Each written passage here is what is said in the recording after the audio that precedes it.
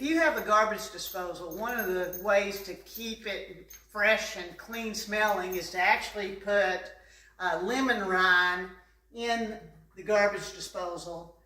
And always make sure that you turn water on when you turn the garbage disposal on, and just use your lemon rind.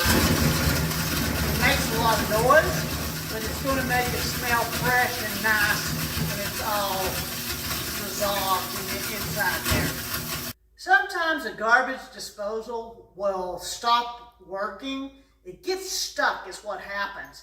In most cases, garbage disposals have a little reset button underneath.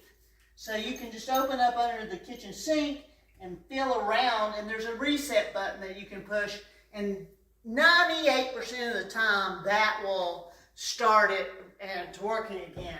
If it's an older garbage disposal, sometimes you have to do the old take the broom handle and stick it in and just move it around to get the teeth to move around and get it going that way.